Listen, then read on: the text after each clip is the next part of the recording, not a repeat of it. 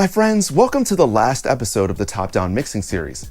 One thing I want to go over in this final episode is not just which compressor is the right type to use or the variations of it, but the reasons we don't use others. Most of the time we see people using some form of VCA or tube compressor, but why not Opto or Fet? We like 1176 on a ton of things, right? Vocals, bass, drums. Same with an LA2A, but they are what we reach for when it comes to the finishing touch of a master. So let's get straight into it. Here's an example of every type of compressor back to back in a master bus.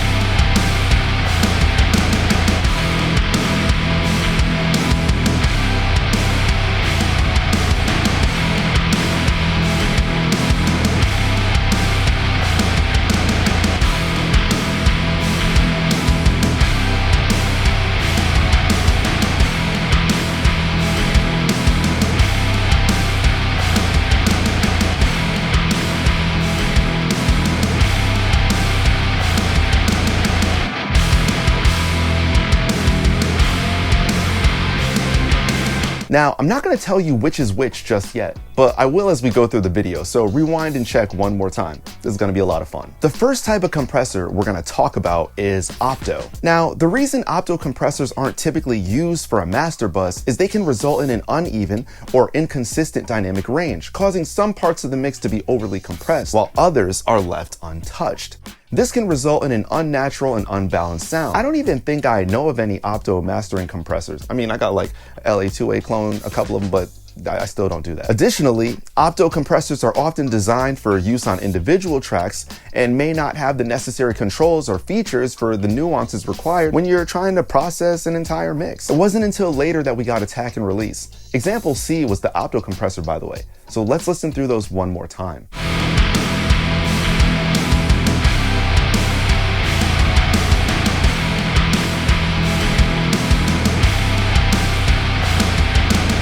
See how that just wasn't the right type of compressor for this mix? There's not enough parameters available to dial it into your mix the right way, and it's just too slow. Speaking of not having enough buttons to compress, I need y'all to compress that subscribe button, limit that notification bell, and set a fast attack on that like button if you're enjoying this video so far. My transition game is still crazy. But since we're talking about attack and release, it's time to bring up our next topic, the VCA compressor.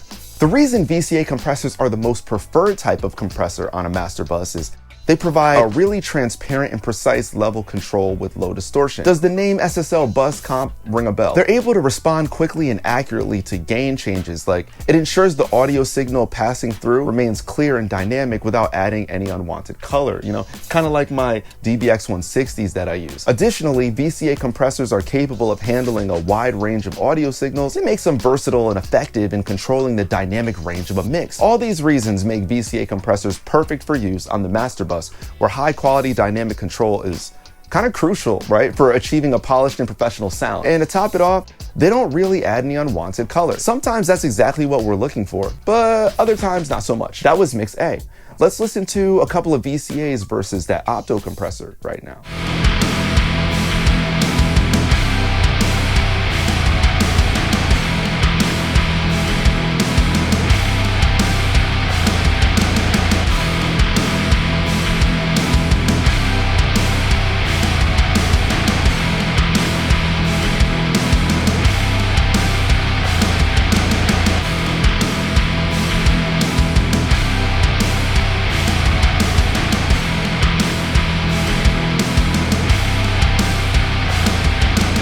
Now you see how much more fitting the VCA comp was to the mix. Being able to dial it in just the right way really set the VCA apart. And for those that love the VCA sound but are not sure of the settings just yet, every option in the Bus Glue mix is VCA to take the guesswork out for you. Make sure to grab your copy of our Bus Glue today by clicking the link in the description below. And I talked a bit about wanting color a second ago, so maybe we should talk about when you actually want that color in your mix. Tube compressors on the master bus. Tube compressors are often considered a good option for mastering because they offer a smooth and warm sound with analog style compression. And this adds character and depth to your tracks, but it still gives you precise control over the dynamics. You know, the manly bus comp comes to mind.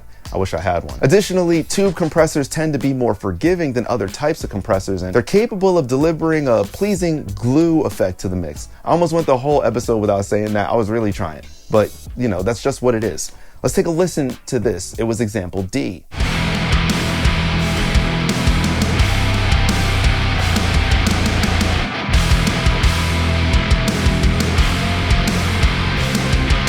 But that's what makes tube compressors special. The fact that they do change the sound, and almost always in a pleasing way. A slight harmonic distortion is added within that color that make it a go-to for those that don't like the clean sound of a VCA. So yeah, there's good harmonic distortion, and then there's just too much, which brings us to our final compressor, the Fet Comp.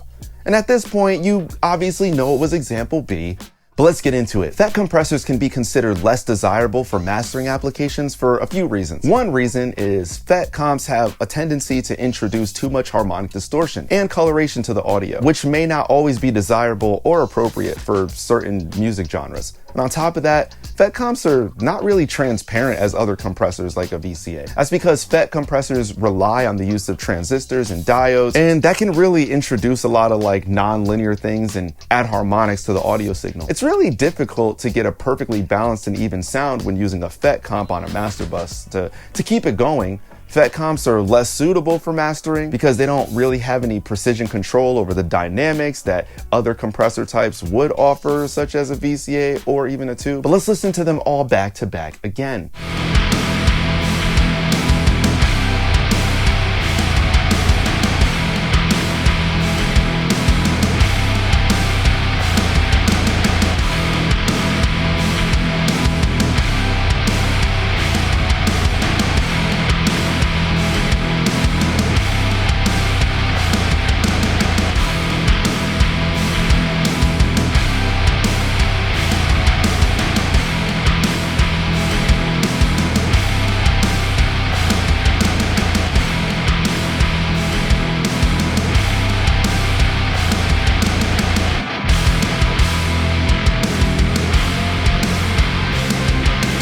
This can make it harder to control the levels and dynamics of a mix in a way that's clean and transparent. However, that's not to say that Fet compressors are always a poor choice for mastering. It wasn't great in this example, but that doesn't mean it can't be. No hard rules in mixing, right? Some engineers may prefer the coloration and harmonic distortion that Fet comps introduce because it can add character and warmth to a mix.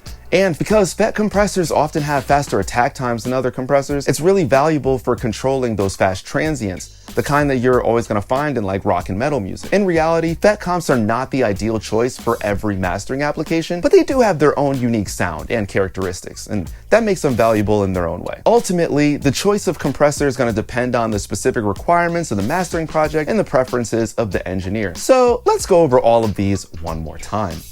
Opto, VCA, tube, and Fet. Well, I'm realizing after doing all this that I'm still gonna have to do another episode that talks a bit more about saturation and then how I would apply all these things into a new top-down mixing chain.